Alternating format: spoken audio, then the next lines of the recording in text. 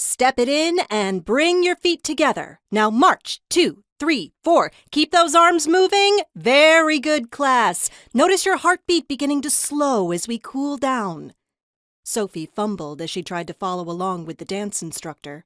She felt clumsy and uncoordinated, although she did her best to imitate the movements. Sophie looked over at her date, Rose, who was smiling ahead at the instructor. Rose was glowing with perspiration and waving her arms in time to the music with enthusiasm. Well, at least she's having a good time. I should never have agreed to this, Sophie thought bitterly to herself as she looked at the clock that hung from the dance studio's wall. Thank God, only 5 more minutes of this shit. Okay, now stretch to the right, then all the way to the left. Very good. Sophie made a feeble attempt to lean both ways, flopping her arms listlessly.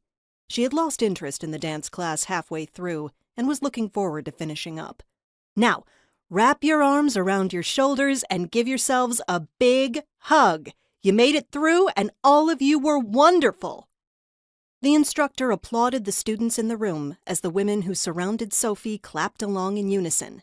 Again, my name is Gina, and if you have any questions about the class, feel free to see me after. I hope to see you next week at 4 p.m. Rose called out, "Thank you, Gina. That was an awesome class." The rest of the students followed suit, thanking the instructor as murmurs and expressions of gratitude filled the room. Rose turned to Sophie and asked excitedly, "So what did you think? Wasn't that fun?" Sophie gave Rose a weak smile and replied, "Oh, yeah, sure, that was cool. Thanks for bringing me here." Even though Sophie wasn't into the class, she didn't want to appear rude. Rose was sweet, and Sophie could tell that Rose was making an effort to bring Sophie out of her shell. Rose picked up her towel and dabbed the sweat from her face.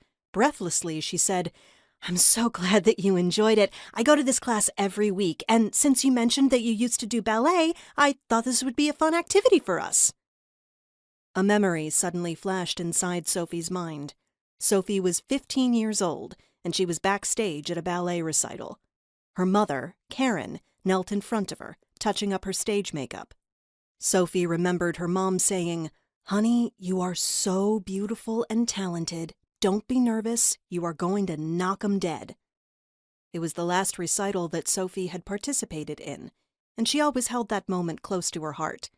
Now, all Sophie had was her memories, both of her ballet days and her mother.